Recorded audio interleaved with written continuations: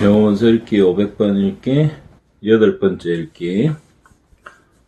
중간에 휴일이 많아가지고 7번째 읽기의 뒷부분을 녹음을 했는데 올리지를 못했습니다. 그리고 파일이 사라졌어요.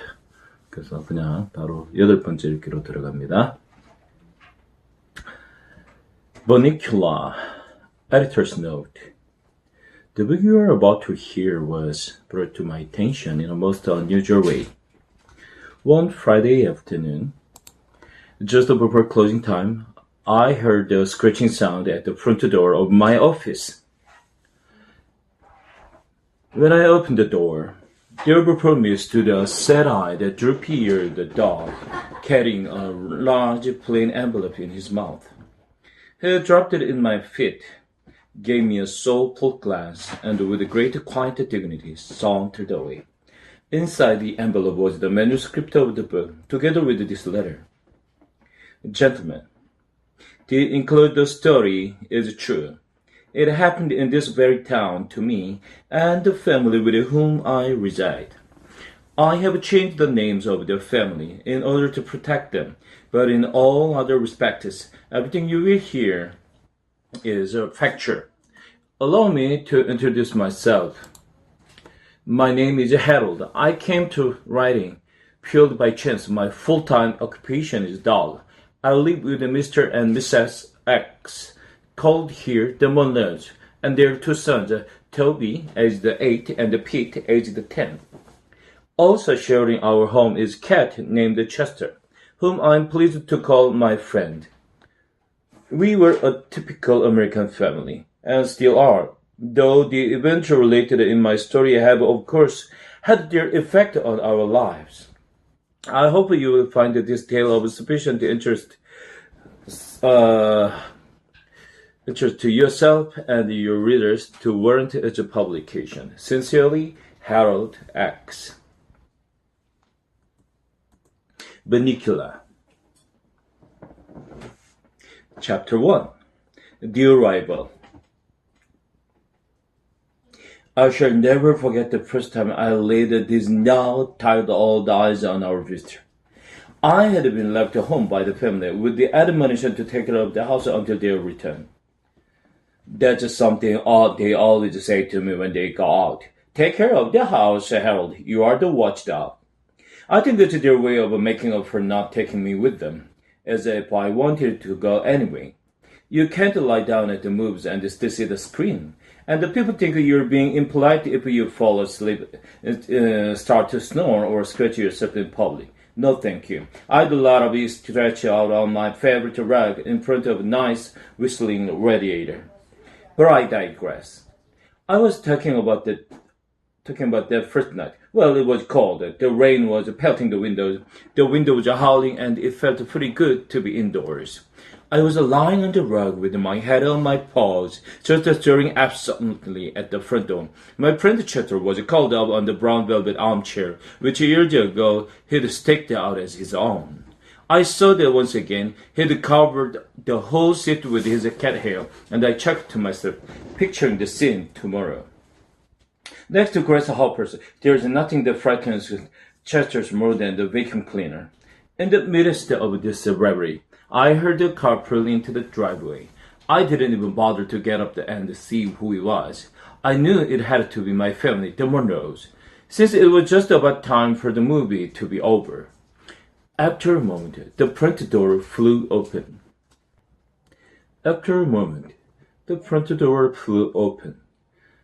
There they stood in the doorway, Toby and Pete and Mom and Dad Monroe. There was a flash of lightning, and in its glare, I noticed that Mr. Monroe was carrying a little bundle with tiny glistening eyes. Pete and Toby bounded into the room, both talking at the top of their lungs. Toby shouted, "Put him over here, Dad!"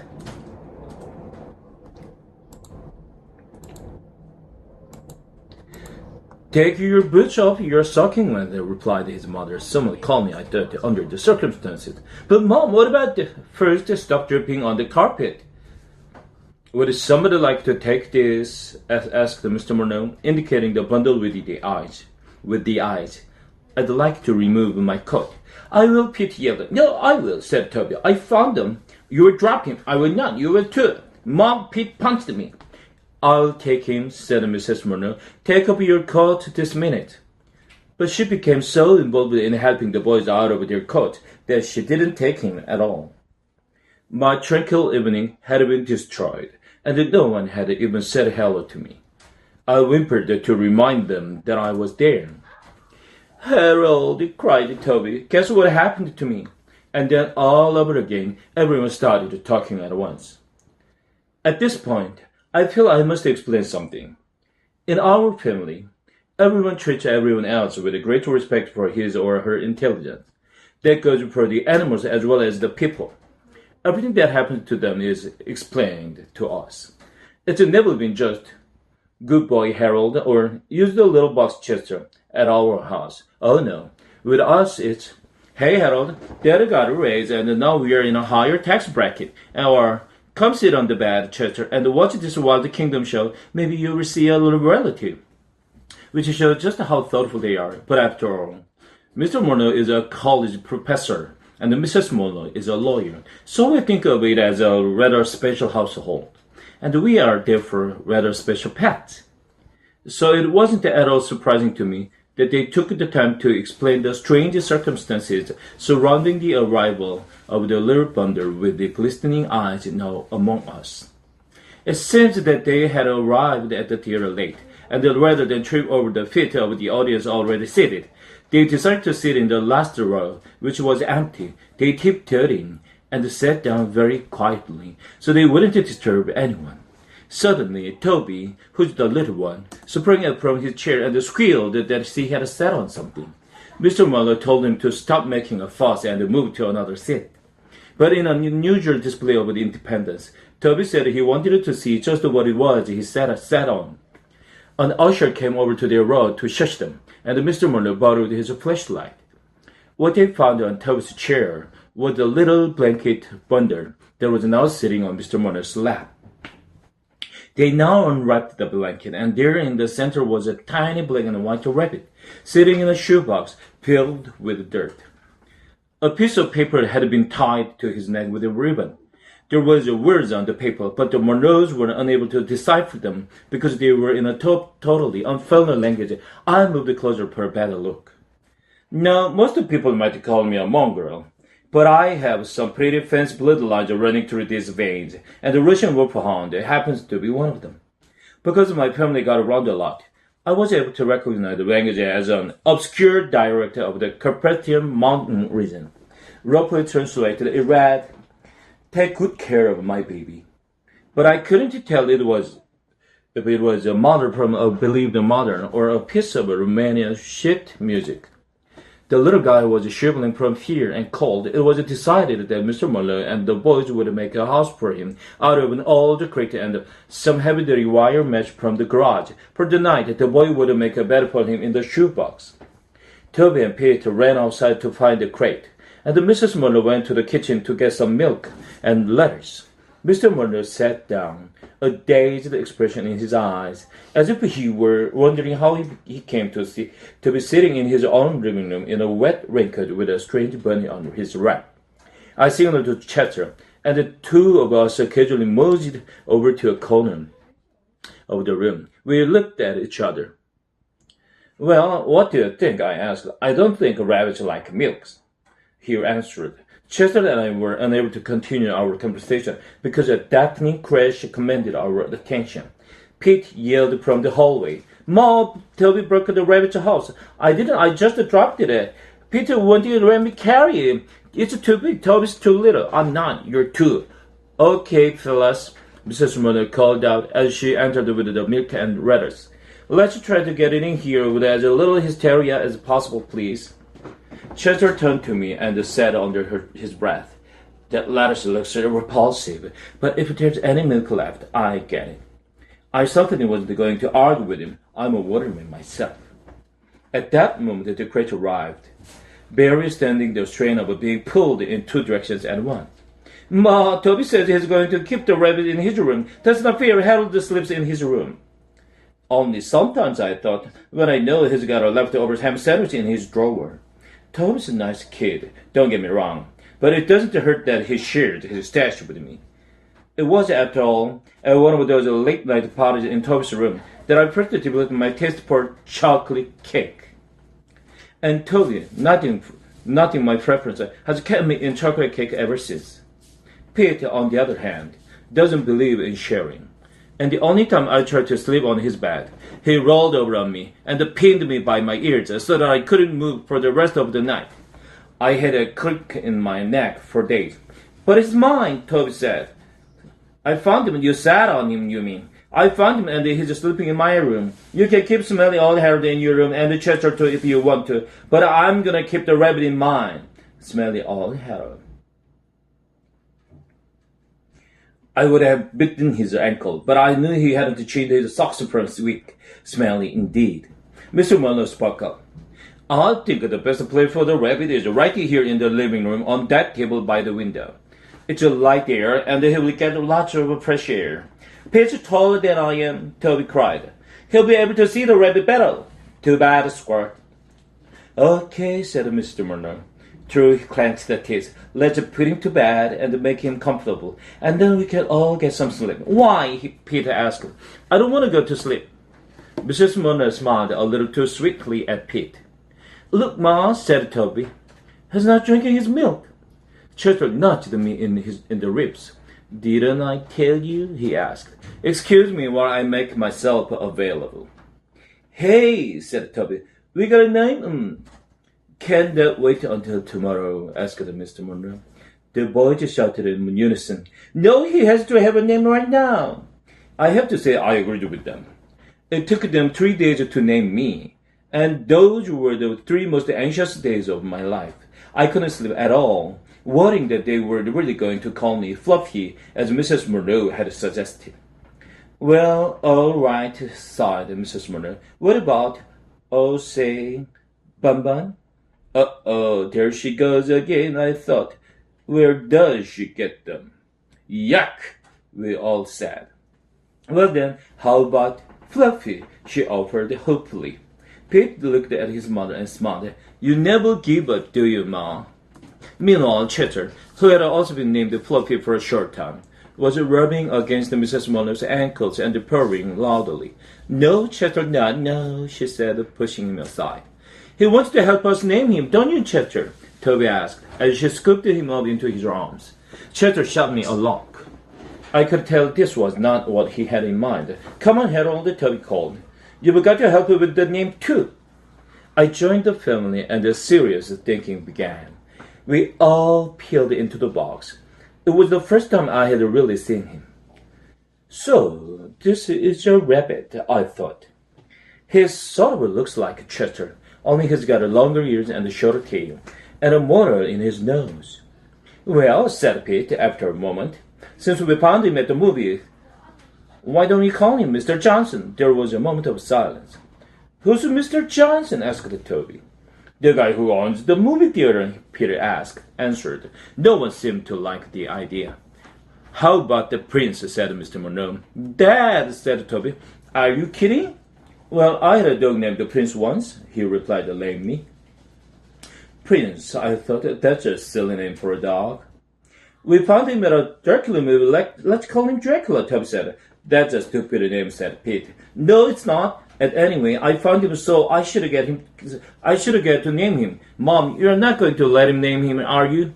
That's a favorite, and I'll be traumatized if you do. Mrs. Monroe looked in wonder at Pete. Please, Mom, please, Dad, let's name him Dracula, cried Toby. Please, please, please.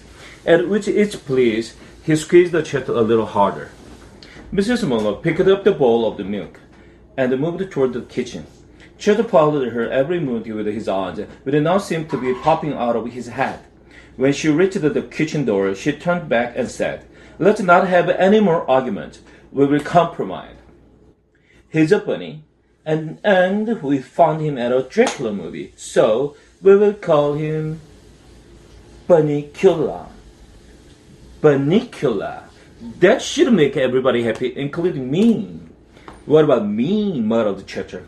I won't be happy until she puts down the milk. Well, guys, is that okay with you? She asked. Toby and Peter looked at one another, and then at the rabbit. A smile grew on Toby's face. Yeah, Mom. I think that name is just right. Pete shrugged. It's okay, but I get to feed him. Okay, I'm going to put the milk back in the fridge. Maybe he will drink it tomorrow. What about Chester? Toby said, dropping the frantic cat to the floor. Maybe he would like it. Chester made a beeline for Mrs. Muller and looked up at her plaintively. Oh, Chester doesn't want any more milk, do you, Chester? You've already had your milk today. She reached down, patted Chester on his head, and walked into the kitchen. Chester didn't move.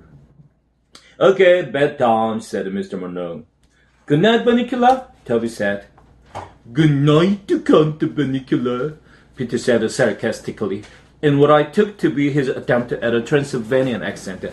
I may be wrong, but I thought I saw a plickle of movement from the cage. Good night, Harold. Good night, Chester. I licked Toby good night. Good night, Smelly Harold. Good night, dumb Chester.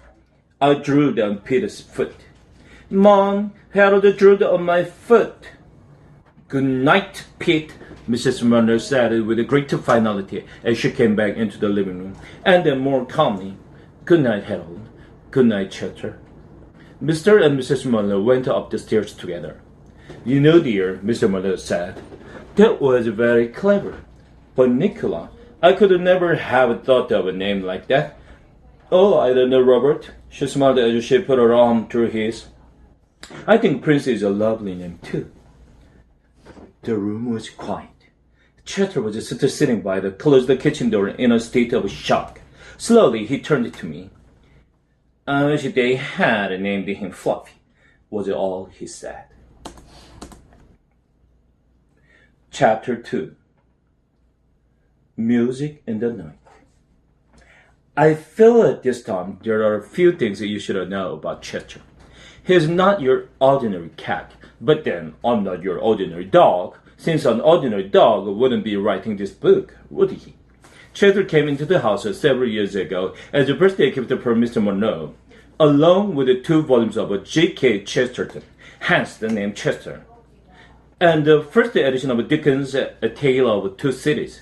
As a result of this introduction to literature, and given the fact that Mr. Monroe is an English professor, Chester developed a taste for reading early in life. I, on the other hand, have developed a taste for books. I found Jonathan Livingston Seagull particularly delicious. From Chester's kittenhood on, Mr. Monroe had used him as a sounding board for all his student lectures. If Chester doesn't fall asleep when Mr. Monroe is talking, the lecture can be counted a success. Every night, when the family is sleeping, Chester goes to the bookshop, selects his midnight reading, and calls on his favorite chair. He especially likes mystery stories and tales of horror and the supernatural. As a result, he has developed a very vivid imagination. I'm telling you this because I think it's important for you to know something of Chester's background before I relate to you the story of the events following the arrival of Bunnicula into our home. Let me begin with that first night. It seems that after I went to sleep, Chester, still stewing over the lost milk, settled down with his latest book and attempted to ignore the rumbling in his stomach. The room was dark and quiet. This did not prevent his reading, of course, since, as you know, cats can see in the dark. A shaft of moonlight fell across the rabbit's cage and spilled onto the floor below. The wind and the rain had stopped, and as Chester read Edgar Allan Poe's The Fall of the House of Usher, he became increasingly aware of the eerie stillness that had taken their place. As Chester tells it, he suddenly felt compelled to look at the rabbit. I don't know what came over me, she said to me the next morning, but a cold chill ran down my spine. The little bunny had begun to move for the first time since he had been put in his cage. He lifted his tiny nose and inhaled deeply, as if gathering sustenance from the moonlight. He slicked his ears back close to his body, and for the first time, Chester said, I noticed the peculiar marking on his forehead. What had seemed an ordinary black spot between his ears took on a strange V-shape, which connected with the big black patch that covered his back and each side of his neck. It looked as if he was wearing a coat. No, more like a cape than a coat.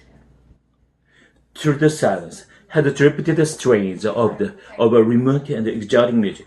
I could have sworn it was a gypsy violin, Chester told me. I thought perhaps a caravan was passing by, so I ran to the window.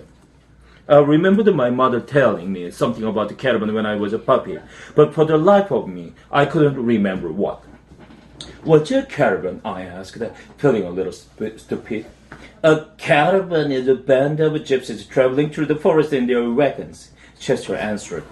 Ah, yes. Was it coming back to me now? Station wagons? No, covered wagons. The gypsies travel all through the land, setting up camps around the great bonfires, doing magical tricks. And sometimes if you cross their palms with a piece of silver, they will tell your fortune. You mean if I gave them a fork, they'd tell my fortune? I asked breathlessly. Chester looked at me with a disdain. Save your silverware, he said. It wasn't a caravan after all. I was disappointed. What was it? I asked. Chester explained that then when he looked out the window, he saw Professor Bunnicula, our next-door neighbor, playing the violin in his living room. He listened for a few moments to the haunting melody and sighed with a relief. I've really got to stop reading these horror stories late at night, he thought. It's beginning to affect my mind. He yawned and turned to go back to his chair and get some sleep. As he turned, however, he was startled by what he saw. There in the moonlight, as the music filtered through the air, sat the bunny, his eyes intense and staring, an unearthly aura about them. Now this is the part you won't believe, Chester said to me. But as I watched, his lips parted in a hideous smile, and where a rabbit's bucket teeth should have been, two little pointed fangs glistened.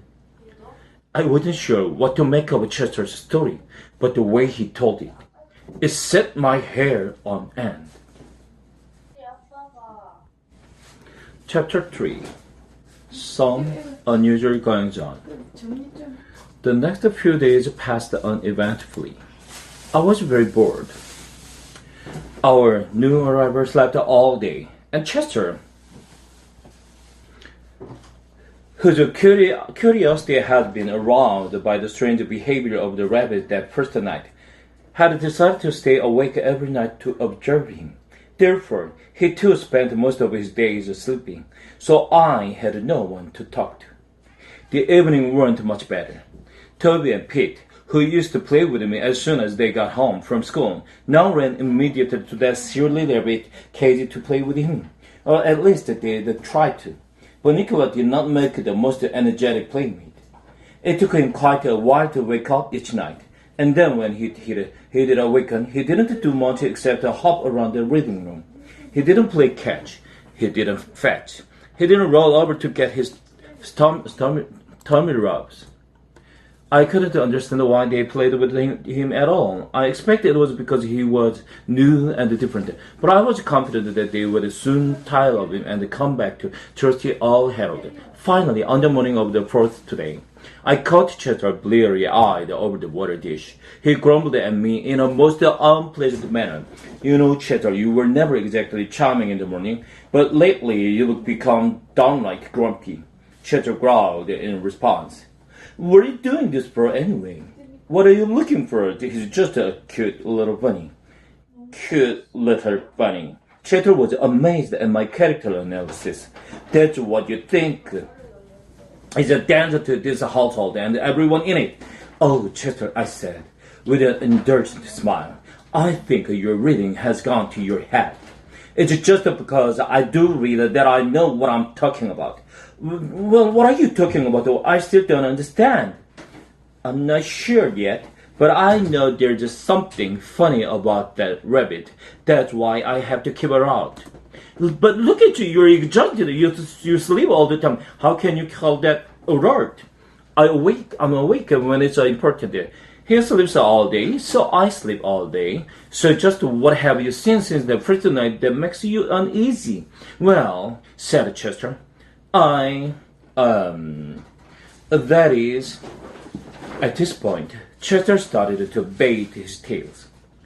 which is a cat's way of changing a subject he finds uncomfortable. He then stumbled sleepily in the living room. So I asked again, following him, "What have you seen?" "Nothing," he snapped, and proceeded to curl up on his chair to go to sleep. After a moment, he opened one eye. "But that doesn't mean there's nothing to see." For the next few mornings, it was the same routine. I'd be ready for a good romp around the living room, and Chester would go to sleep. Peter and Toby were at school. Mr. Monroe was at the university. He never did too much romping around anyway. And Mrs. Monroe was at her office. No one to play with the poor, neglected Harold. At first, I thought I could strike up a friendship with Bunnicula and maybe teach him a few tricks, but I could never wake him up. He was always waking up just about the sunset when I would take a snooze. A rabbit, I concluded. It's cute to look at, but it's generally useless, especially as a companion to dogs. So I would retire each day with my favorite shoe to the rug and chew. Now some people, especially Mr. and Mrs. Monroe, can't understand my taste for shoes and yell at me for snacking on them. But I always say there's no counting for taste. For instance, I remember one evening when Mr. Monroe picked some of his sour balls out of the bowl by his chair and dropped a green one on the floor. He didn't notice as it rolled across the room and landed near my nose. I decided this was a perfect opportunity to try one for myself. I placed it in my mouth and wished immediately that I hadn't. As the tears started running out of my eyes, and I thought, "What's wrong with my mouth? It's turning inside out." Mr. Monroe immediately noticed that something had happened. "What's the matter, Harold? Are you looking for someone to kiss?" "Help! Help!" I wanted to cry, but all that came out was an ooh sound. I oohed for days. So how can anyone who likes green sour balls criticize me for preparing a nice penny ruffle or a bedroom slipper? But back to the matter at hand. One morning, Chester had news. "That bunny," he whispered to me across our food bowls, "got out of his cage last night." "Don't be ridiculous," I said. "How could he break through that wire? Look how little he is." "That's just it. He didn't break through any wire. He got out of his cage without breaking anything or opening any doors." I looked puzzled, so Chester told me the following story. "Now, Harold," he said, "I don't want you thinking I'm not a good watch cat, but after a few hours last night, I grew curious about the time. I went into the hallway and, you know the new clock they've got, the big one, they goes all the way to the ceiling. Well, see, it has the things in the middle called the pendulum. At first, I figured I would just leave it alone. It looked like the spool that tied on a string and hung from the doorknob for me to play with when I was a kitten. Every time I hit that silly spool with my paw, it would swing back and hit me on the nose. I hated that toy, so naturally, when I saw this one, I decided not to have anything to do with it. I checked the time. It was midnight. I was all set to go back to the living room when something stopped me. Curiosity, I ventured. I suppose you could call it that. I prefer to think of it as the challenge of the unknown. I put one paw over my nose and reached out with the other one and gave it one good smack. I darn near broke my arm. It's still tender. See how swollen it is? He showed me his little paw. I couldn't see anything wrong, but I knew better than to argue with him. "Oh, yes," I said, "that looks terrible. You must be suffering awfully. You'd better go easy today." He limped dramatically, just falling to display his new handicap, and continued. I couldn't even get to the pendulum. Somebody had put glass in front of it, and I was pretty mad. I was all set to go back, but at the same time, I couldn't help watching the thing move back and forth, back and forth, back and forth. It was just so easy to watch, and before I knew what had happened, I was waking up. "You fell asleep?" I asked incredulously. I couldn't help it. I didn't even know it had happened. But I looked up at the face of the clock, and it was 20:45. I'd been gone 45 minutes. I ran back into the living room, looked at Bunnicula's cage, and it was empty. I couldn't imagine where he was. Then I noticed a light coming from under the kitchen door. I went into the crouch, stalking the light, when click. I heard the refrigerator door close and the light went out. It must have been Mr. Monroe having his midnight snack, I suggested. No, that's what I thought. I jumped on my chair, curled up real quick, and kept one eye open, pretending to be asleep. Slowly, the door to the kitchen squeaked open. This little head poked out from around the corner and looked to either side to see if the coast was clear. Then, guess who came bouncing out all by himself, and with that idiotic grin of his plastered all over his face? Well, I guess it wasn't Mr. Monroe, I said. Not unless he wears bunny pajamas and gets up very tiny at night. Bunnicula, huh? You got it. Unfortunately, I hadn't positioned myself so that I could see him get back into the cage, and I didn't want to let him know that I had seen anything, so I had to stay put. I still don't know how he got out or back in. At this point, Mr. Monroe came downstairs to make breakfast. I wondered if Chester hadn't dreamed the whole thing. He didn't admit he'd fallen asleep, and, as I've said, he has quite an imagination, but I was game. After all, there hadn't been any excitement in this place for days. Chester and I took our positions under the kitchen table. We didn't have long to wait. Holy cow! Mr. Monroe yelped as he opened the refrigerator door. He took his funny-looking white thing out of the fridge and held it at arm's length. Peter, come down here. What is that? I whispered. Beats me, Chester answered. It looks like a white tomato. Very funny, I said, as Pete came into the kitchen. Peter, have you been playing with your chemistry set in here? No, Dad, why? I thought this might be one of your experiments. Do you know what it is?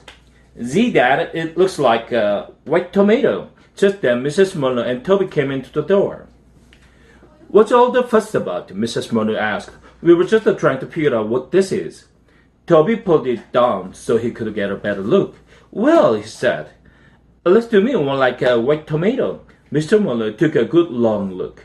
You know, he said to his wife, it really does look like a white tomato.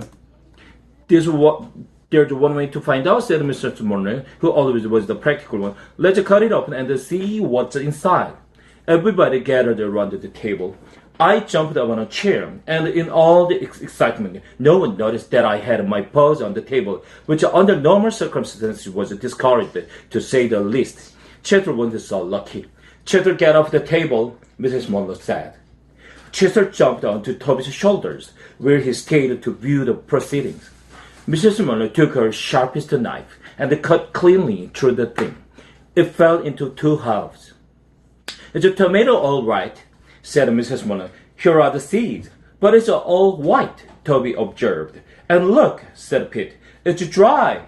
So it is, Mr. Monroe said, as he picked up one of the halves. There's no juice at all. Well, and what do you think? It's gone bad, I guess, though I've never heard of a tomato turning white before. Come on, she said, clearing the table. Let's throw it out and have breakfast, and Harold, get your paws off the table. Rats. Chester jumped down from Toby's shoulders and motioned for me to follow him into the living room. This had better be important, I said. They're cooking bacon. A white tomato. Very significant, Chester murmured. So it's a white tomato, I said, edging my way back to the kitchen door. What does that have to do with the Bunnicula? I can tell you one thing, Chester said. I got a good look at the tomato.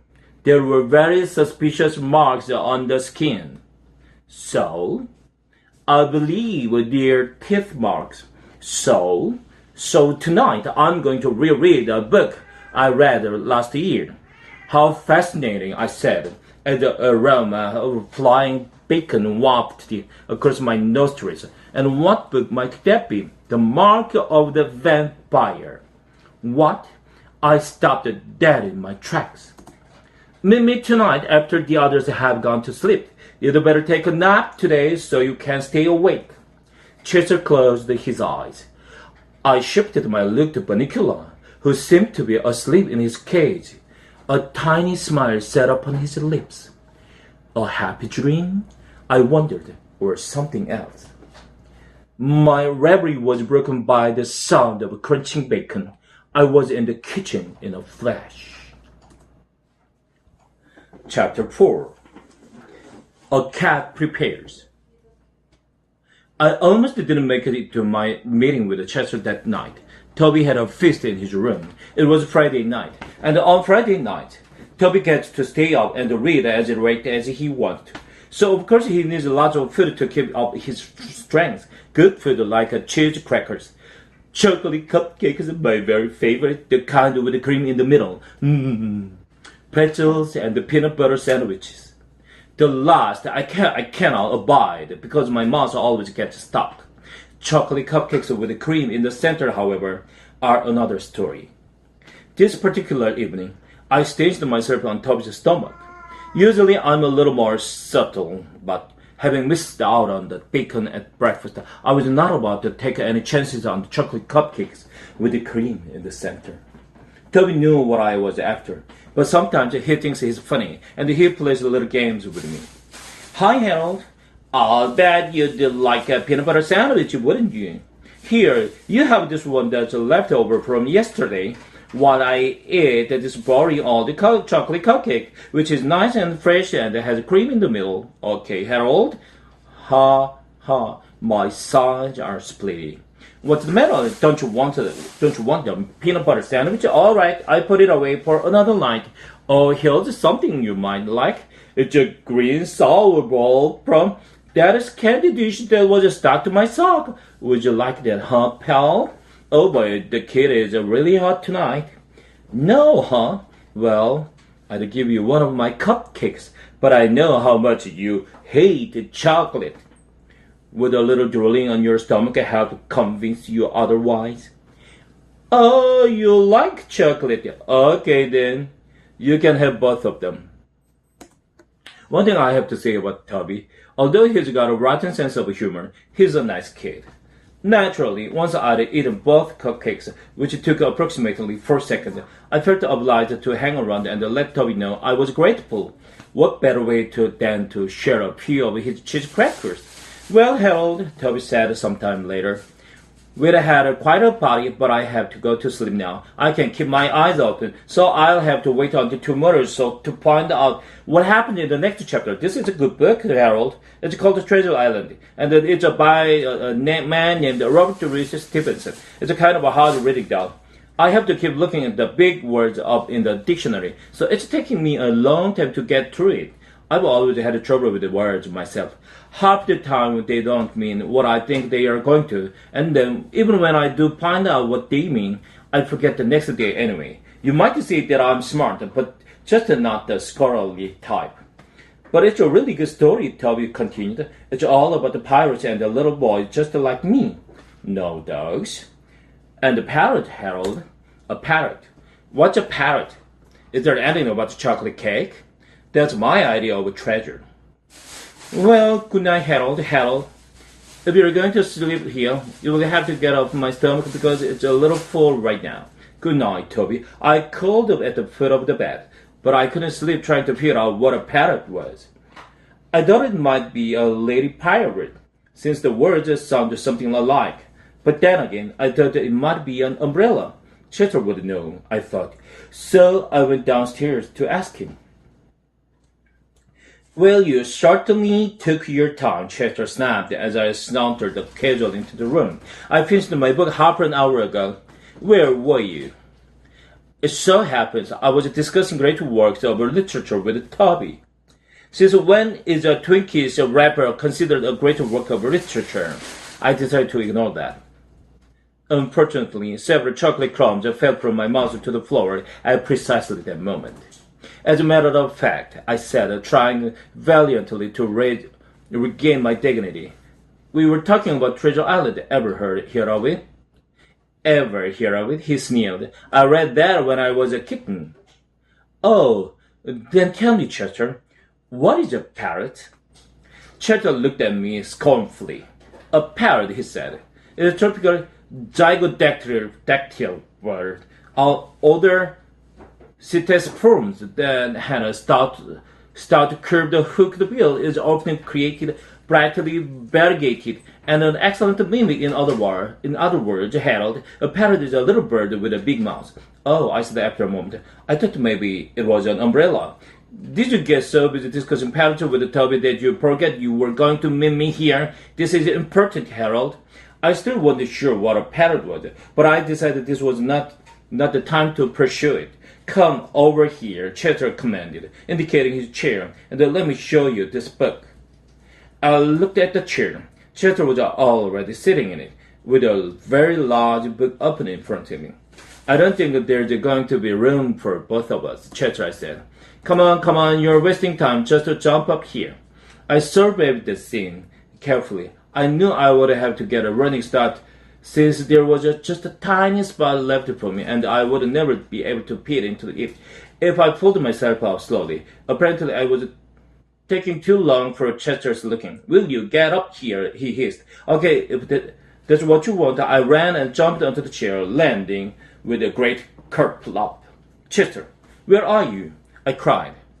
I couldn't see anything but the back of the chair. I'd forgotten to turn myself around. I'm here, you great oaf. I turned my head. What are you doing on the floor? I asked.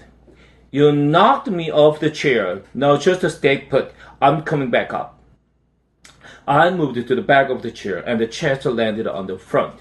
Now let's see, he said. We both have to see the book. You come over here and I will move this way. I don't know if you've ever watched a cat try to decide where to sit, but it involved a lot of circling around it, sitting, getting up again, circling some more, thinking about it, lying down, standing up, bathing a paw or tail, and circling. A dog, on the other hand, sit. This looks like a good spot, a dog will say to himself. He will then lower his body to the spot in question, and is usually so secure in his decision that he will fall asleep immediately. Cheddar took what felt like 20 minutes to settle himself in, and just as I was drifting off, the kicks started. Come on, Harold, quit hogging the seat and wake up. What were you trying to do? Take a little cat nap? Ha ha ha! I yawned. Now, said Cheddar, turning to the book. Let's get down to brass tack. What exactly is on your mind? I asked. This book and that rabbit, Cheddar replied.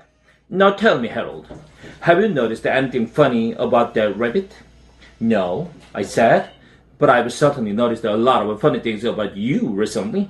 Think about it. That rabbit sleeps all day. So do I. So do you. Furthermore, he's got funny little sharp teeth. So do I. So do you. Furthermore, he gets in and out of his cage by himself. What kind of rabbit can do that? A smart one, I said. I could do it. We're not talking about you, Harold. We're talking about the rabbit. Now, where did they find him? At the movies. Yes, but what movie? Dracula, I said. So, he said quickly. Remember the note around his neck? What language was it in? An obscure dialect of the Carpathian mountain region, I answered smugly. He didn't know everything. Aha, Cheddar said. But what area of the Carpathian mountain region? Area? What's an area? I looked at him blankly. Transylvania, he cried triumphantly. And that proves my point. What point? What are we talking about? And don't forget the white tomato. That's most important of all. But what? This book, said Chester, disregarding me, tells us just what we needed to know.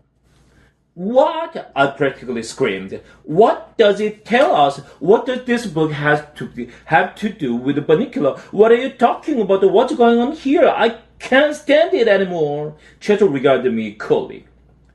You are really very excitable, Harold. That's not good for your blood pressure. I put my paws around his throat. Tell me, I said in a low, threatening voice, or I will squeeze you till you pop. Okay, don't get upset. Now this book tells you everything you've always wanted to know about the vampires but were afraid to ask. Personally, I had never wanted to know anything about vampires, but at the moment I was afraid to tell that to Chester. I still don't understand what vampires have to do with our little furry friend. One, Chester said, vampires do not sleep at night. They sleep only during the day. The same holds true for this rabbit. Two, vampires can get in and out of locked rooms. Bunnicula gets in and out of his locked cage.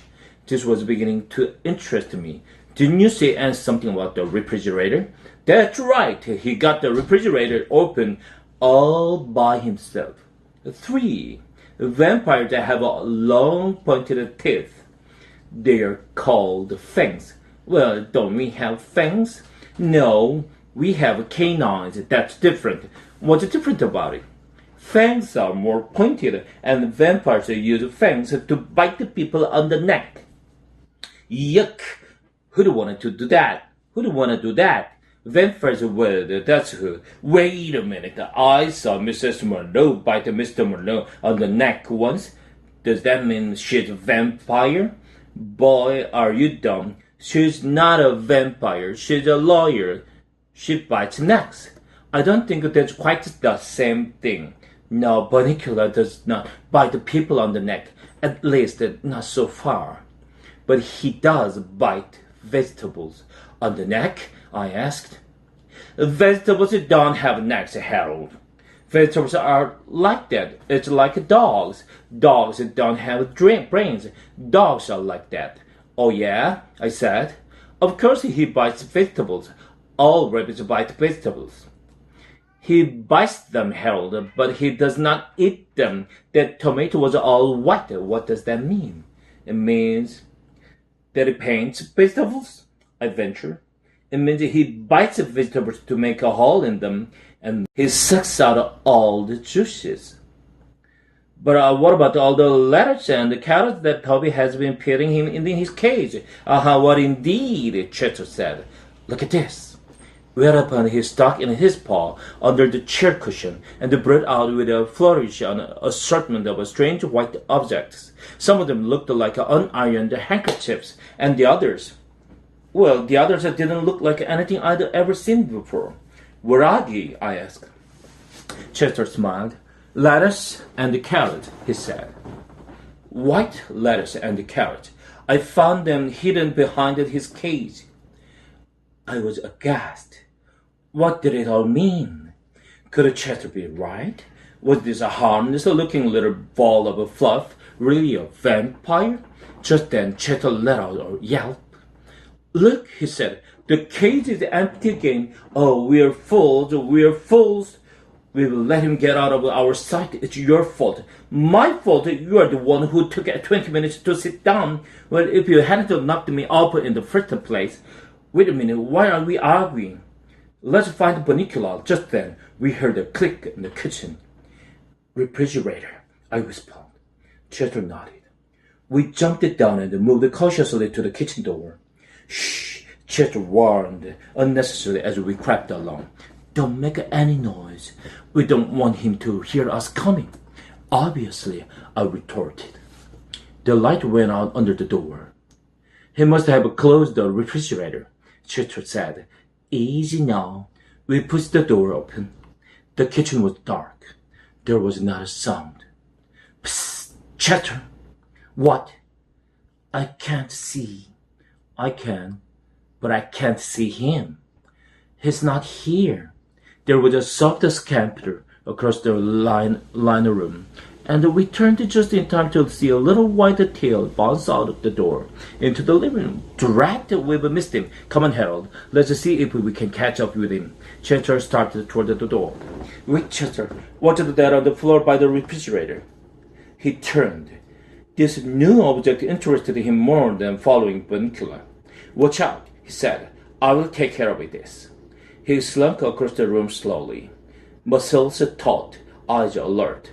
When he was about 6 inches away, he stuck out his paw, closed his eyes, and batted batted at the object tentatively. I don't think he made any contact. Get closer, I said. Chester's eyes popped open. Who's the cat here? He asked. I know what I'm doing. And he proceeded to bat the air 3 more times. What is it? I squealed as my throat contracted in her fear. I don't know yet, but whatever it is, it's not alive. Oh boy, if I wait for you, will we be here all night? I walked bravely to the object and sniffed it. Well, asked Chester. Beats me. Chester came closer. After a moment of close examination, he gasped. I jumped. I could feel my heart pounding in my chest. Harold, Chester blurted. What? Yes, what is it, Chester? It's a white zucchini. Chapter 5. Chester goes into his act. The next morning, I was awakened by a scream. Robert, come down here right away. There's something wrong in the kitchen. For a moment, a panic seized me. I thought I should have run out of dog food, but then I remembered the events of the previous evening. Mr. Monroe came bounding down the stairs. Chester, I cried. Did you see Mr. Monroe? His face had turned white. It's Bunnicula, isn't it? No, he said calmly. It's a shaving cream, you idiot. By now, the excitement in the kitchen was at full throttle. The table was covered with Bunnicula's handiwork. There were white beans and white peas and white squash and white tomatoes and white lettuce and white zucchini. What can it mean, Robert? Mrs. Monroe was saying. I'm getting worried. One tomato is a curiosity, but this is unheard of. There must be something wrong with our refrigerator. It's turning all the vegetable white. But look, she said, I left these tomatoes on the window sill, and they are white too, and this squash I left in the bowl on the table. At that moment, Pete and Toby came into the kitchen. Holy cow, what's going on? Hey, maybe it's a vegetable blight, Mom. Could that be, Robert? Did you ever hear of anything like that? Well, no, actually, that is. I've heard of a blight, but nothing like this. Chester leaned my way. This will take forever if we will leave it up to them. Sometimes human beings can be so slow. I started to answer him, but he was heading for the table. What about that friend of yours in the agriculture department? Oh, Tom Cragen? Could we call him and ask him if we were doing something wrong? It's a DDT, Mom, Peter interjected. I know about this stuff. It's because you buy vegetables that aren't organic. All vegetables are organic, Peter, Mrs. Monroe replied. That's not what my teacher says. See, Toby, I told you this would happen. They are using chemicals on our food, and if you're not careful, you will turn white too. Like that? Robert, couldn't you take the shaving cream off your face? Oh, yes, of course. Where is my towel? I know I brought it down with me. For that matter, where was Chester? I'd seen him going toward the table, but I'd lost track of him, listening to all that talk about DDT. I just hoped that they didn't use any of that stuff where they grew chocolate cupcakes. Pete, did you take my towel? Why would I take your towel, Dad? I don't shave. Just then the door swung open. I could not believe my eyes. There was Chester with Mr. Monroe's towel draped across his back and tied onto his neck like a cape. That was strange enough, but on his face was an expression that sent chill down my spine. His eyes were wide and staring. The corners of his mouth were pulled back in an evil grimace. His teeth were black and gleaming in the morning light. He cackled menacingly and threw back his head as if he were laughing all of us. I thought he had completely lost his mind. I peeled my towel. What's the matter, Chester? Were you cold? Mr. Monroe bent down to take a towel from Chester. Before he could lay his hands on it, Chester flipped over onto his back, closed his eyes, and folded his paws over his chest. It was a hideous sight. He opened his eyes wide. With the paws outstretched, he slowly lifted his head. His eyes glazed and vacant. Soon the upper half of his body followed, all in one smooth flow, until he was in a sitting position. Hey, Dad, did you leave your brandy glass out last night? Chester is acting a little weird. Well, some cats are funny creatures. I glanced at Chester. He wasn't laughing. Psst, Chester, what are you up to? I'm a vampire, you dolt. Can't you tell? I'm trying to warn them. Well, it's not working. You'd better think of something else. Chester frowned, apparently deep in thought. So you see, Toby, Mr. Marlowe was explaining. All cats are as an individual as all people. Maybe he just wants to get our attention. Isn't that right, kitty cat? Ordinarily, Chester would have left the room upon being called a kitty cat, but he was lost in thought. Come on, Chester, give me back my towel. Mr. Marlowe moved toward Chester. Chester's eyes lit up. He looked at me and smiled. I sensed I was not going to like what he had in mind. I was toying with the notion of slinking under the table when Chester fixed me with his eyes. How deep they were, like black pools. I felt myself floating, lost in them, my will no longer my own. I felt an inexplicable urge to murmur, "Yes, master," when he walked slowly, steadily toward me. As he drew nearer, I found myself unable to move. He stopped before me, never taking his gaze from me, and lunged. "Yo! Mom, Chester bit Harold on the neck." "Oh, that wasn't a real bite, was it, Chester? That was a love bite. Isn't that cute?" "Love bite my foot. That hurt." "Chester, what's the matter with you?" I sputtered. "Do I look like a tomato?" "Oh, it doesn't matter anyway, Harold. They don't understand. How can human beings read the same books I do and still be so thick?" Our conversation was interrupted. Mrs. Monroe picked Chester up and cuddled him. I was praying she would not add insult to injury by kissing his nose, which he hates more than anything. "Poor Chester, do you need a little love? Do you know what I'm gonna do? You big ball of fuzz, you." I could tell what was coming. "I'm going to kiss you on the little nose." Yep, I could tell that was coming all right. Chester knew better than to resist. He went limp in Mrs. Monroe's arms. Mr. Monroe took his towel off Chester. I still don't know why he's wearing my towel," he said. "I think he must be cold, dear. Here's your towel. Why don't you get his little kitty sweater?" Chester looked ill, and he can wear that all day. And Chester was being butted into his brighter yellow sweater with a little purple mice and cowboy hats all over it. Mr. Monroe said, "What are those vegetables? Should I speak to Tom Cragen?" "Yes, dear," Mrs. Monroe said. "Why don't you? I'm sure there's some explanation. In the meantime, I will change market. To tell you the truth, I'm really much more worried about Chester. We better keep our eye on him." Chester and I did not speak until late afternoon. I was busy nursing my neck, and Chester was busy hiding under the sofa, too embarrassed to be seen. When we did speak at last, it was a brief exchange. "Hey, Chester," I called when he finally crawled out from under.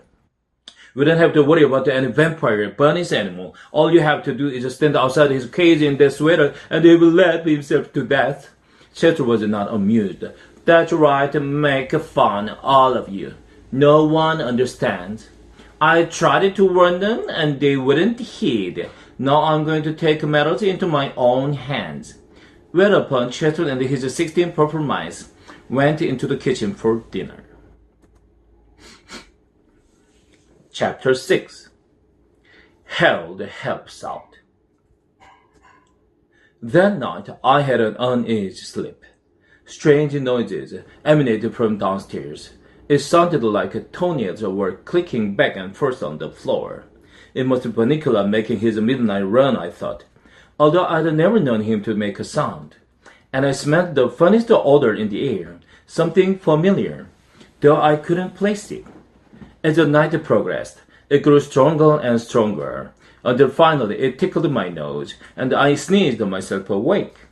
I jumped off Toby's bed, still sniffling, and headed down the stairs for the living room to find Chester to see if he could smell it too. The odor grew even stronger as I approached the living room. Standing in the doorway was Chester, a strange pendant hanging from his neck.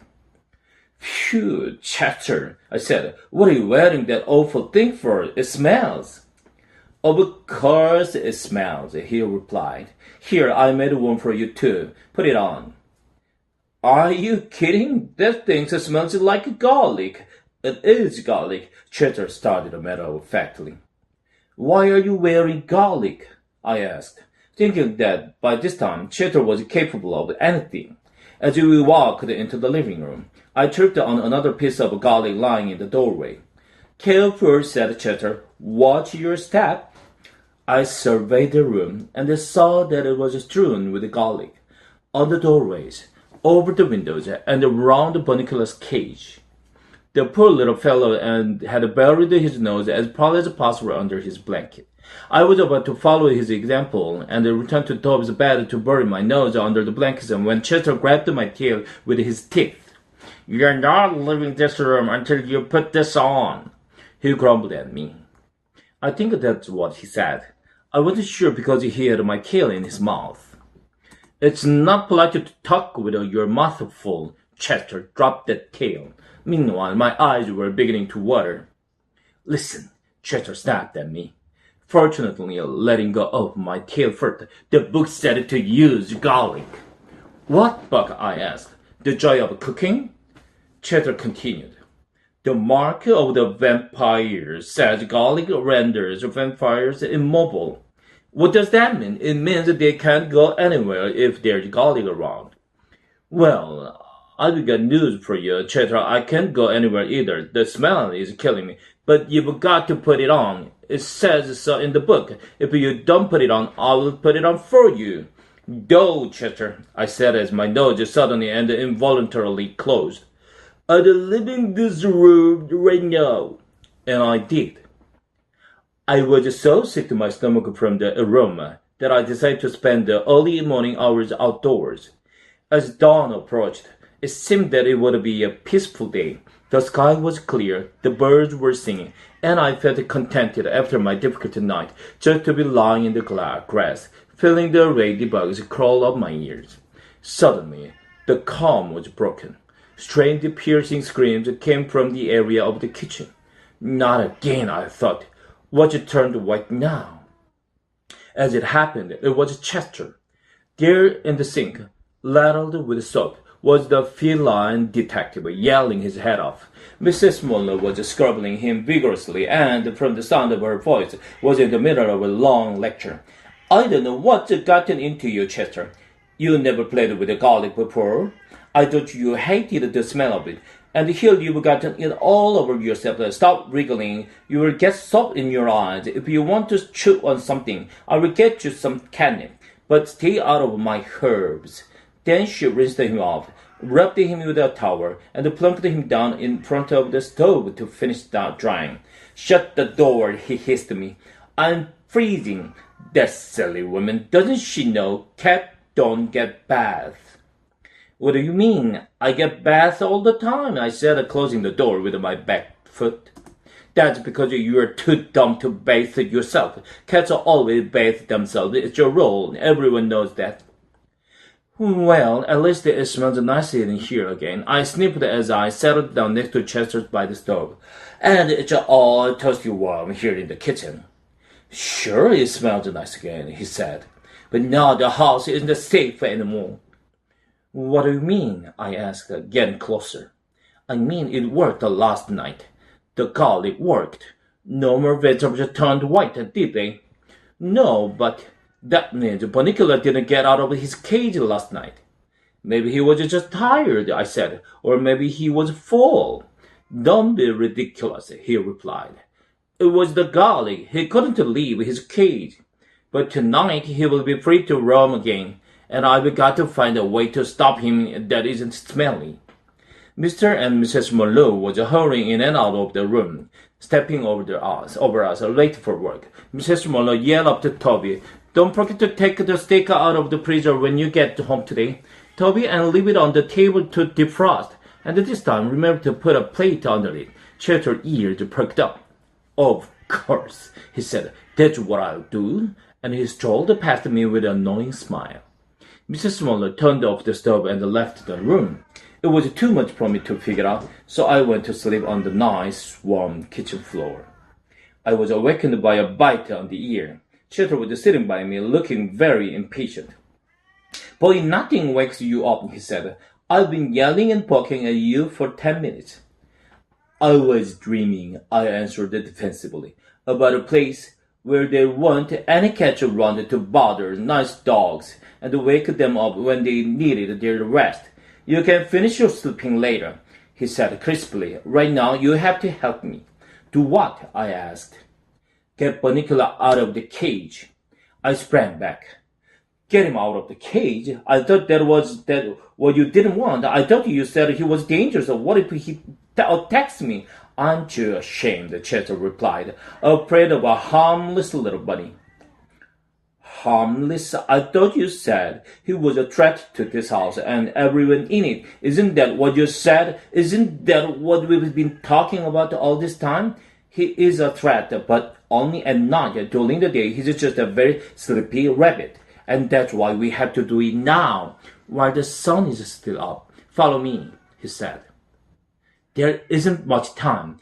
Toby stayed down here forever, and the others will be home soon. Boy, you must have been tired, Harold. You slept through lunch. I followed Chetter into the living room. My heart was pounding as he unlocked the cage door with his paw. It looked as if he had years of experience opening locks. The door swung open. Bunnicula was sleeping peacefully. He did, however, look a little green around the gills, probably from the garlic. I was just wondering how a rabbit could have gills when Chester said, Okay, Harold, do your stuff while I get what I needed from the kitchen. Well, what do you want me to do? I can't read your mind. Get him out of the cage and onto the floor, and I'll be right back, Chester said. What? I verbalized. How am I supposed to do that? Use your head, he answered, and he was gone. Looking at the cage, I realized that was precisely what I would have to do. Until this moment, I had never had to face the possibility of actual physical contact with a real live rabbit. I looked upon my chore reluctantly.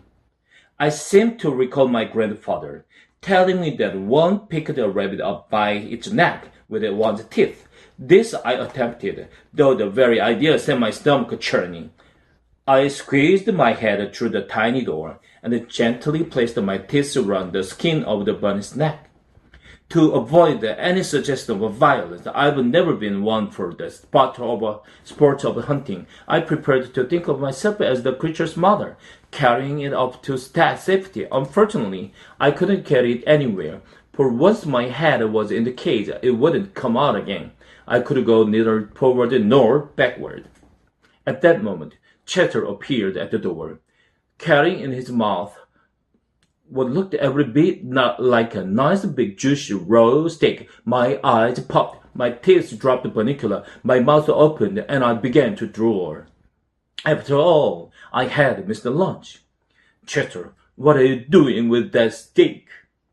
Haven't you gotten him out of there yet?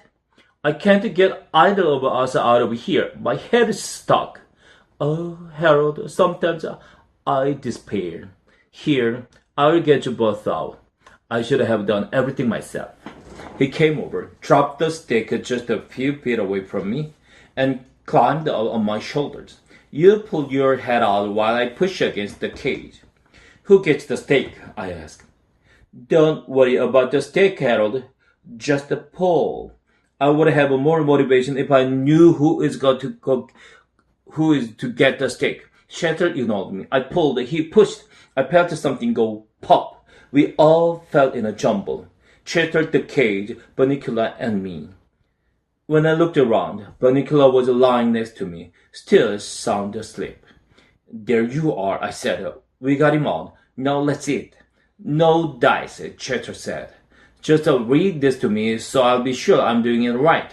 And he handed me a book. That book again. Start at the top of the page, Chetter said as he picked up the steak. Why don't you read and I will hold the steak? Chetter replied. I took it to mean that I was to start reading. To destroy the vampire and end his reign of terror, it is necessary to pound a sharp steak. Chester interrupted. A sharp steak? He asked. What does that mean?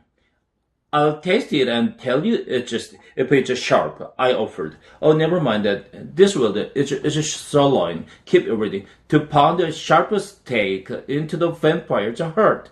This must be done during the daylight hours, when the vampire has no powers. Okay, he said. This is it. I'm sorry I had to go this far, but if they'd listened, this wouldn't have been necessary. He dragged the steak across the floor, laid it across the inert bunny. Then, with his paws, he began to hit the steak. Are you sure this is what they mean, Chester? Am I anywhere near his heart? He asked. It's hard to tell, I said. All I can really see are his nose and his ears. You know, he's really sort of cute. Chester was getting the glint in his eyes again. He was pounding away at the steak harder and harder. Be careful, I cried. You'll hurt him.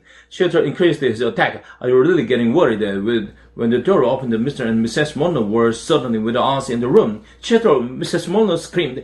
What are you doing with my dinner? Robert, get the steak away from Chester. And what's the matter with Bunnicula? Why is he on the floor? Mr. Monroe took the beautiful steak away. I wish they had found farewell with tears in my eyes. As the kitchen door swung open, Chester whispered with cold determination. All right. The last resort. And dashed into the kitchen. Seconds later, he was back carrying his water dish between his teeth. He ran toward the Bunnicula and with a mad yowl threw the dish of water at the rabbit. Unfortunately, he was so hysterical that his aim was not the best. With the water dripping from my ears, I watched Mrs. Monroe pick Chester up by the scruff of his neck and toss him unceremoniously out the front door.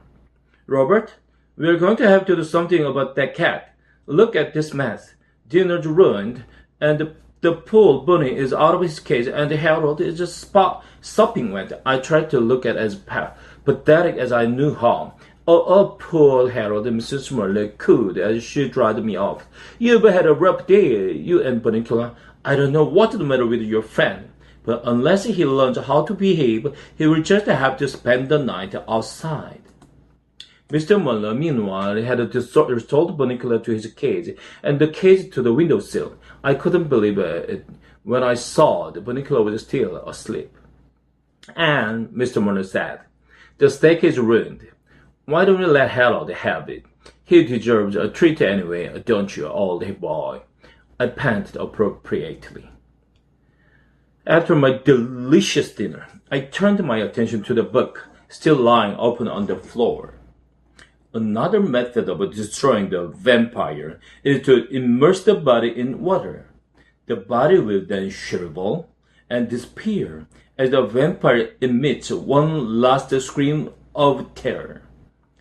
Phew, I thought. So that's what he was trying to do. Thank goodness he missed. I had no regrets about missing a scene like that. Poor Bunnicula. I looked over toward the cage, and there on the other side of the window was a pathetic tabby face looking in. His little nose was pressed against the window.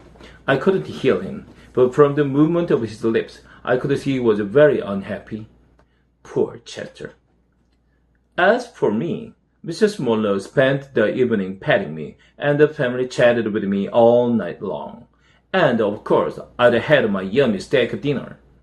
So, it wasn't such a bad day after all. Except that now my steak was all gone. Poor Harold. Chapter 7. A New Friend in Need. In the days that followed, Chester's behavior was exemplary. He purred and he cooed and he cleaned his paws, and he rubbed up against everyone's legs to show what a good boy he was. I was getting worried. Chester acted that way only when he has something devious in the back of his mind, but I didn't know what it was. He had tried everything in the book to get rid of vampires, and all his efforts had failed. But I knew from the expression on his face that something was definitely up. Of course, I didn't know for certain because he has not spoken to me since the steak incident. I guess he realized that my heart just wasn't in the destruction of the bunny vampire. In fact, I was beginning to like the little fellow. The Monroes were relieved by Chester's improved behavior. They didn't know how to account for his strange doings, but to their credit, they were willing to let bygones be bygones. The only disturbing factor in all our lives was the reappearance of the white vegetables each morning in the kitchen. And yet, after a few days, even that stopped, and life seemed to return to normal.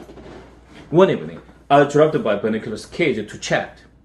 I found myself doing that more and more since Chester had stopped talking to me. Of course, Bunnicula didn't talk back, but he was a good listener. I'd begun to think of him as a friend. A strange one, granted, but one can't always choose one's friends. I was distressed this particular evening to see that he was dragging his ears, as it were. He looked tired and listless. I felt his nose, and it seemed a little warmer than it should have been. I became alarmed.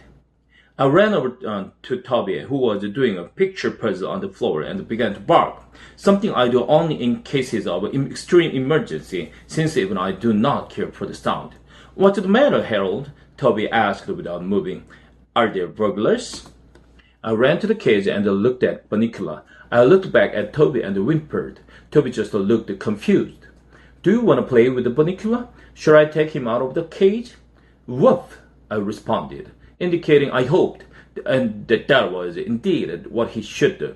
"I'll ask Mom and Dad, Harold. You wait here." He was back in a minute, shaking his head. "I'm sorry, Harold, but Mom said you can't play with the rabbit. It causes too much commotion." I looked down at the floor and wimpled again. "Sorry, Harold. Maybe later, when we all in here together." I regarded Bunnicula, whose eyes met mine. He gave a little shudder, and I felt like crying. My friend was sick, and I didn't know what to do. I wished that I could tell Chester, but I knew it was no use. He was just too mad at me. I would have to sort this one out on my own. That night, I couldn't sleep worrying about Bunnicula. I decided to go downstairs and check on his condition. What I saw when I entered the living room horrified me. Bunnicula was out of his cage on the floor, while Chester stood in front of him, a piece of garlic around his neck and his arms outstretched, blocking the kitchen door. Suddenly, it all fell into place. Chester was starving Bunnicula. Of course, that's why he seemed so listless, and that's why the vegetables had stopped turning white. Chester had made it impossible for Bunnicula to eat. "Chester!" I cried. Chester jumped a very high jump. "What are you doing down here?" He spat at me as he landed. "I know what you're doing, Chester, and the jig is up. The little bunny never hurt anybody. All he's doing is eating his own way. What do you care if he drains a few vegetables?" "He's a vampire," Chester snarled. "Today vegetables, tomorrow the world." "I think perhaps you're overstating your case," I suggested cautiously. "Go back to bed, Harold. This is larger than the two of us. It may seem harsh, but I'm only being cruel to be kind."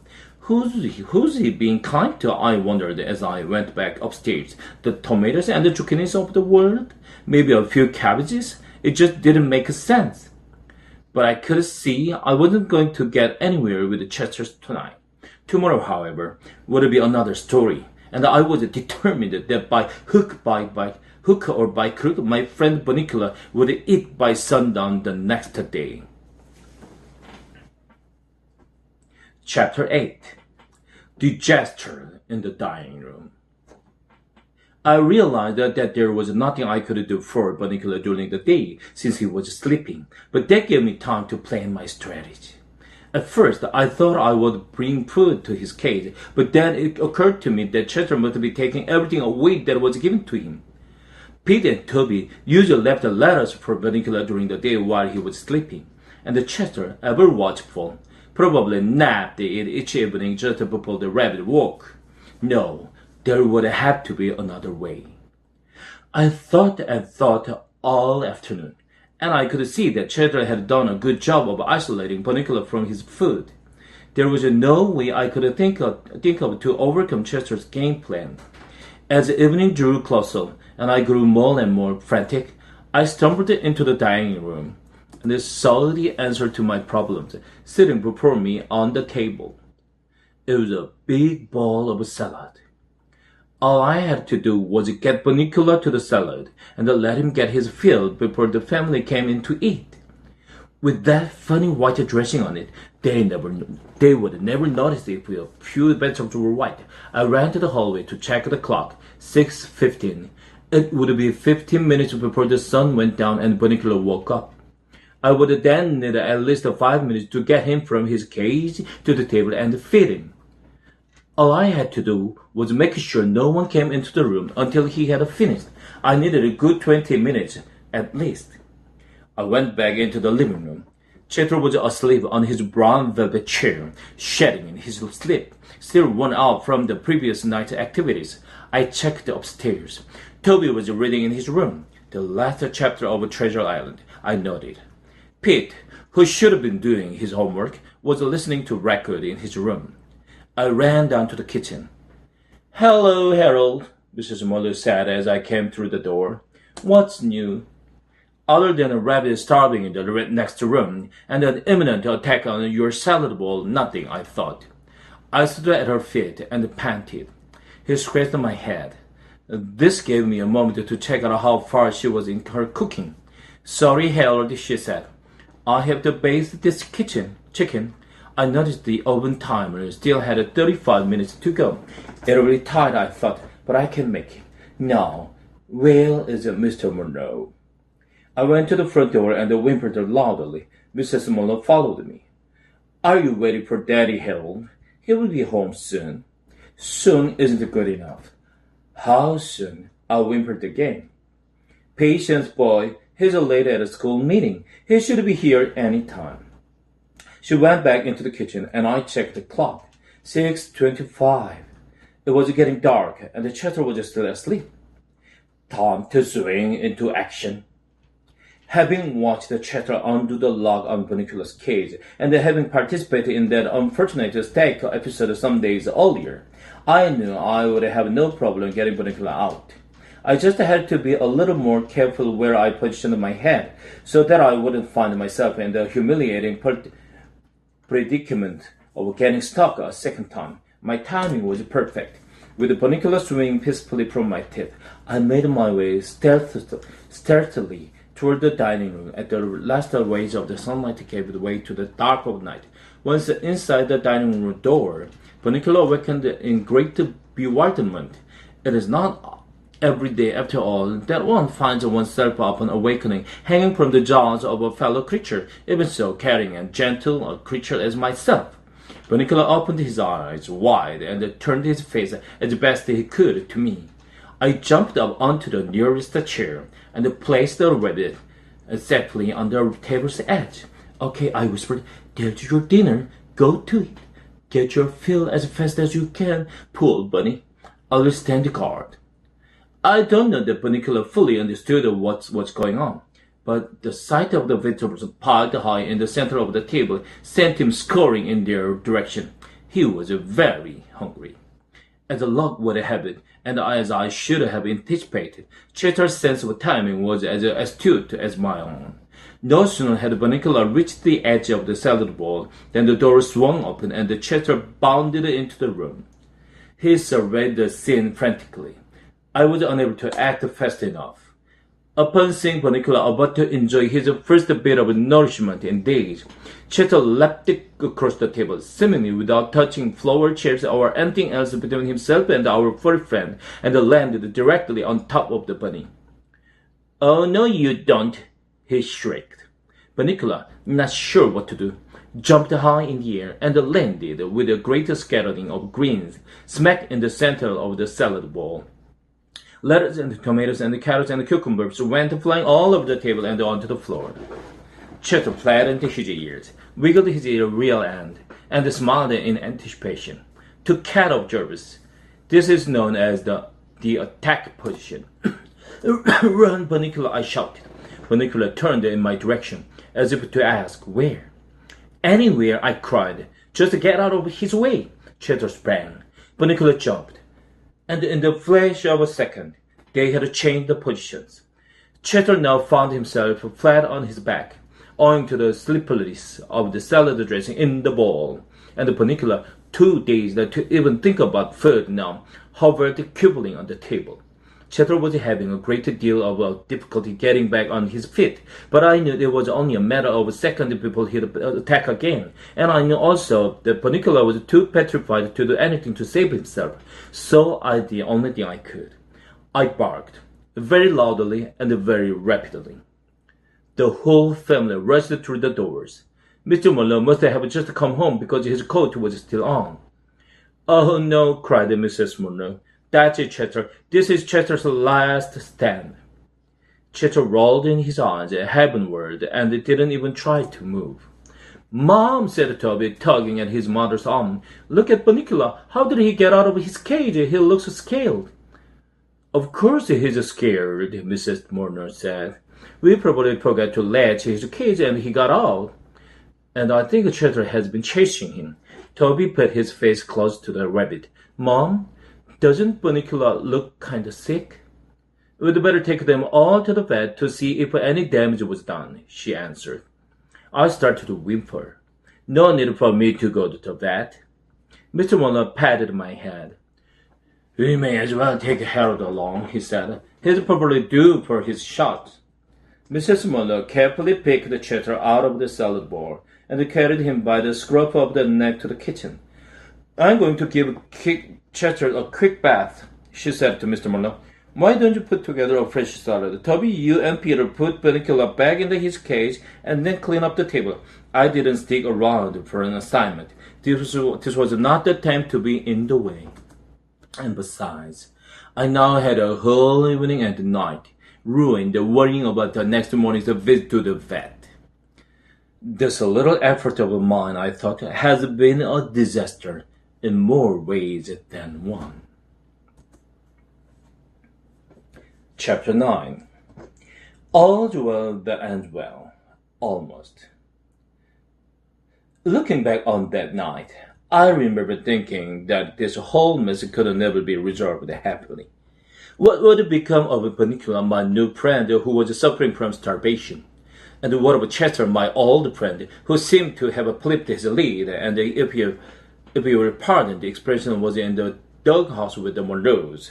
Of far greater concern at the time, of course, was on my own future, for on that night all that consumed my thoughts was the fear of the next day's injections.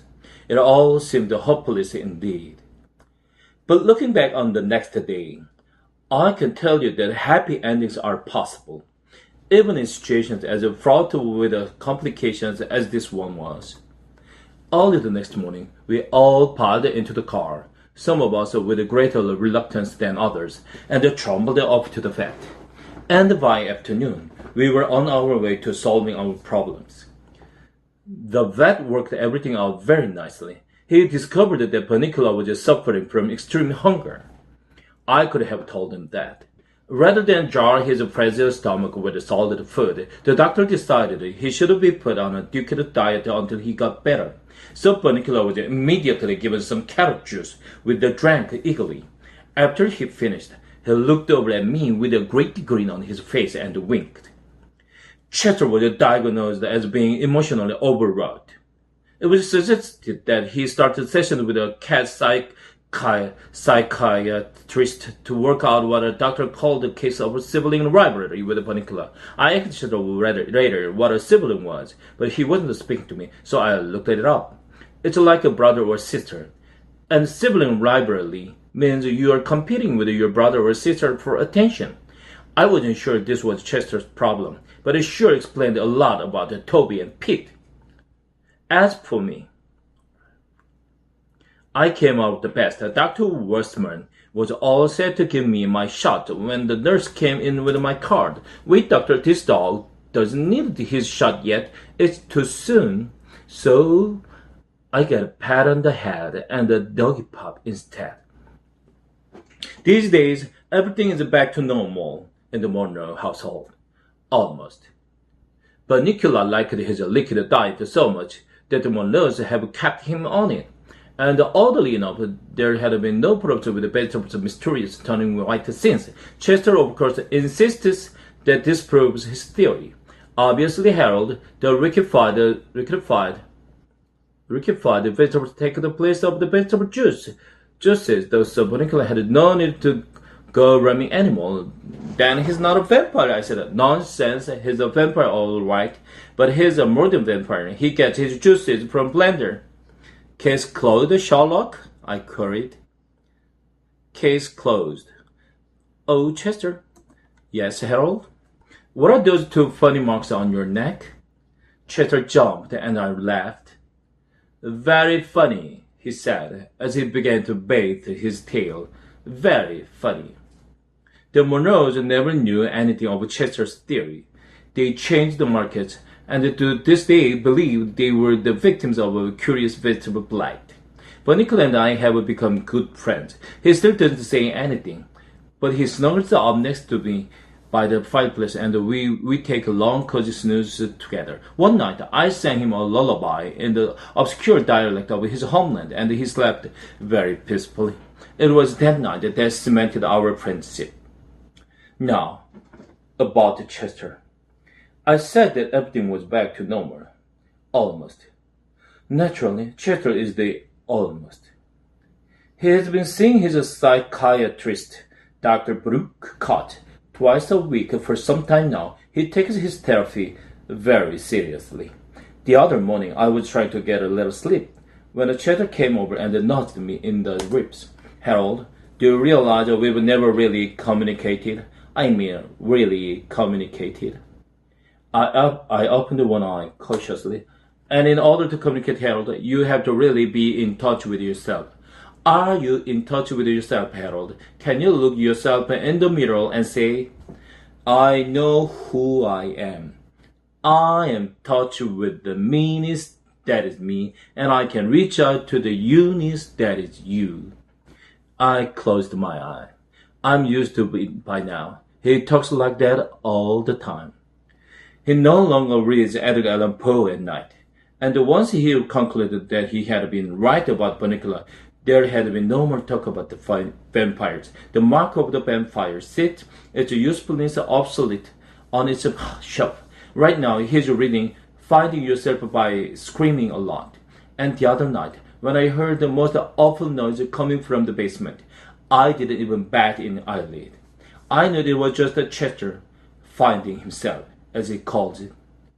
He explains to me that he's getting in touch with his kittenhood, and I've told him that's fine, just to let me know when he's going to do it, so I can be elsewhere. I've had enough trouble from Chester's adventures. So, that's my story. And the story of a mysterious stranger who no longer seems quite so mysterious, and who is definitely no longer a stranger. I've presented the fact as clearly as I could, and I'll leave it to you, dear reader, to draw your own conclusions. I must now bring this narrative to a close, since it is Friday night, toughest night to stay out late and read, and I can hear the crinkling of a cellophane. I can only hope it comes to chocolate cupcakes with cream filling.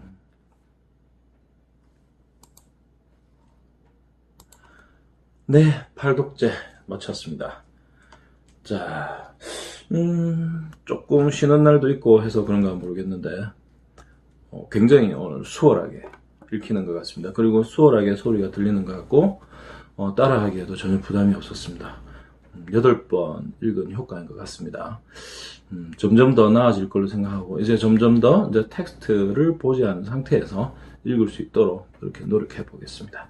내일 또 구독제 읽어보도록 하겠습니다. 9번째 읽기 들어갈 내일을 생각하면서 네, 여기서 마치도록 하겠습니다.